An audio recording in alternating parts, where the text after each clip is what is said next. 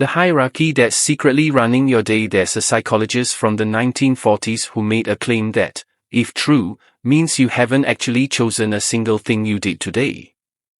Not what you ate for breakfast. Not why you opened your phone 11 times in the last hour. Not even why you're still watching this instead of doing the thing you told yourself you'd do first thing this morning. He said free will, at least the way we like to imagine it, is mostly an illusion dressed up as a decision. What actually happens is quieter and much stranger. There's a hidden ranking system inside your brain, and whichever need is screaming the loudest right now is the one that wins. Every time. No exceptions. For decades, his theory got flattened into a triangle poster hung in classrooms, treated like something you memorize for a test and forget by Friday. But the real version of this idea is far more unsettling and far more useful than anything on that poster. By the end of this video, you understand why the thing stopping you from changing your life probably isn't laziness. It might be a signal you've been mistranslating for years. But to get there, we need to go back to a psychiatrist who studied the most broken circumstance a human being can survive. His name was Abraham Maslow, and in 1943 he published a paper that quietly reshaped psychology. But here's the detail almost nobody mentions. Maslow wasn't interested in average people, and he definitely wasn't interested in fixing dysfunction. He was obsessed with the opposite question. He looked at history's most fulfilled, most functioning human beings, people like Abraham Lincoln, Eleanor Roosevelt, Albert Einstein, and asked something nobody had systematically asked before. What do these people have in common that the rest of us don't? What he found wasn't a personality trait. It wasn't intelligence, and it wasn't luck.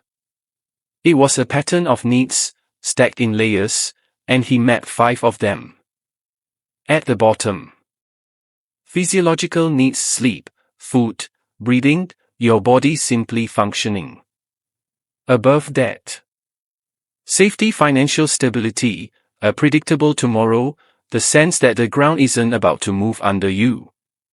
Then belonging, connection, closeness, the feeling that you matter to someone. Above that. Esteem, respect, recognition, the sense that you're good at something. And at the very top, the one people love to quote and rarely understand. Self-actualization, becoming, in his words, everything you're capable of becoming.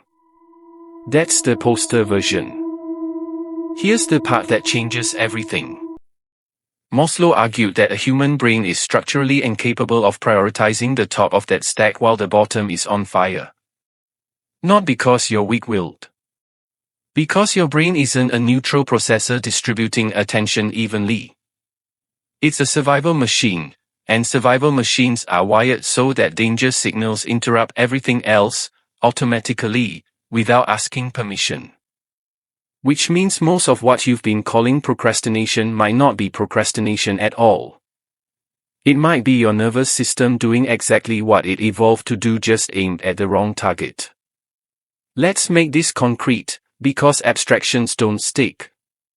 Picture someone who wants to change careers. They bookmark courses. They read articles about it at midnight. They never start. The standard advice is build more disciplined, make a plan. But look at this through Maslow's lens and the picture flips. If that person's income is unstable, their safety layer isn't closed.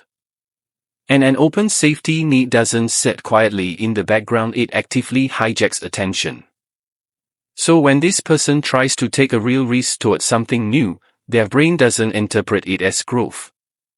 It interprets it as a threat, because uncertainty, to an ancient survival circuit, looks identical to danger. The brain will sabotage the lead every time, not out of weakness, but because the lower floor is still flashing red. This is why motivational content so often fails to change anything. It's aimed at the wrong floor entirely. But here's where the story takes a turn Maslow himself didn't expect, and it's the part that quietly breaks his own model. Later in his career, Maslow studied something far darker than success stories: survival under extreme deprivation. And one of the most striking accounts of this came from a psychiatrist named Viktor Frankl, who survived multiple concentration camps during the Holocaust. In his account, published as Man's Search for Meaning, Frankl described something that shouldn't have been possible if Maslow's pyramid worked as a strict staircase. People stripped of every lower need, safety gone, belonging gone, even basic nutrition gone, sometimes still found the will to help someone else, to hold on to a memory, to construct meaning out of unbearable circumstances. Frankl's own observation was that those who held on to some sense of purpose were more likely to endure than those who didn't, even when their physical conditions were the same. That single observation quietly demolishes the idea that needs stack neatly from bottom to top. The pyramid isn't a staircase you climb in order. It's closer to a tug-of-war, where different floors can seize control depending on the moment, and sometimes the top floor, meaning itself, outweighs everything below it. So if it's not a rigid ladder, what is actually deciding which floor controls your next hour, right now, today? Here's the practical part, and it's the part that should make you slightly uncomfortable. Think of your day as a fixed budget. 24 hours, no borrowing, no rollover. Every floor of that pyramid sends you a bill whether you ask for one or not. Your physiological floor bills you in sleep and fuel. Skip it, stay up 2 hours later than your body needs, and the bill arrives tomorrow with interest. Brain fog, irritability, cravings that are actually just exhaustion wearing a disguise. Your safety floor bills you in certainty. If there's a quiet hum of financial anxiety running in the background, your brain is spending processing power on that hum constantly, even while you think you're fully focused on something else. You just don't notice the leak. Your belonging floor bills you in contact. Skip it long enough, and loneliness starts eroding your concentration as efficiently as sleep deprivation does, which is a finding that's shown up repeatedly in research on social isolation and cognitive performance. Your esteem floor bills you in recognition, and when it goes unpaid, people unconsciously start spending hours not on what matters, but on proving something to someone, which is a decent explanation for why arguing with strangers online feels so oddly satisfying. And the top floor, the one where actual meaningful work happens, where ideas and purpose live, only gets paid once every other floor has gone quiet. Here's the twist that makes this whole thing feel different once you notice it. For most of human history, lower floors rarely rebelled without real cause. Actual hunger. Actual physical danger. Those aren't daily occurrences for most people watching this right now. But something new exists today that has learned to fake every single one of those signals simultaneously, and it's sitting in your pocket. A banking notification triggers the safety floor, even when the amount is trivial. A missing like or a cold response triggers belonging and esteem at the same time, because your brain reads social feedback as tribal status, and tribal status used to be a genuine survival variable. An endless scroll of other people's highlight reels activates an ancient comparison mechanism that once helped you gauge your place in a group of maybe 150 people and now applies that same mechanism to millions of strangers you never meet, with no useful signal attached. Which creates a strange, almost absurd contradiction worth saying out loud.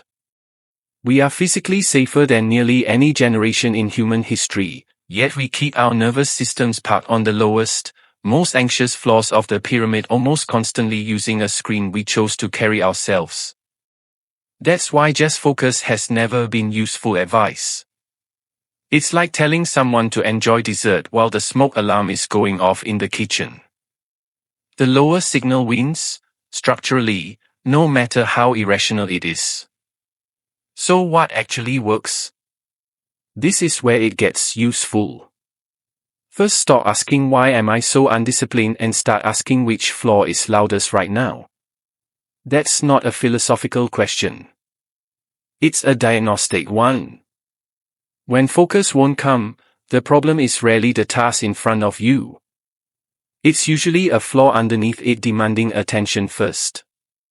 Second, close flaws with small, specific actions, not willpower. If money anxiety keeps humming in the background, don't suppress it. Spend 15 minutes actually looking at the numbers, even roughly. The hum doesn't stop because the problem is solved. It stops because your brain finally gets the signal that someone's handling it. And third, the part most people get backwards, the top flaw, meaning, purpose, your actual goals, never arrives through force. It shows up as a byproduct of quiet on the flaws beneath it. That's the real reason good ideas tend to arrive in the shower, on a walk, in a car without a phone in your hand, not because those places are special, but because they're some of the only moments left where almost every lower flaw goes silent at once. So here's the question worth sitting with after this video ends. Not how do I get more discipline, but which flaw inside you has been running your schedule without your permission, and are you finally ready to notice it before it happens again, instead of after?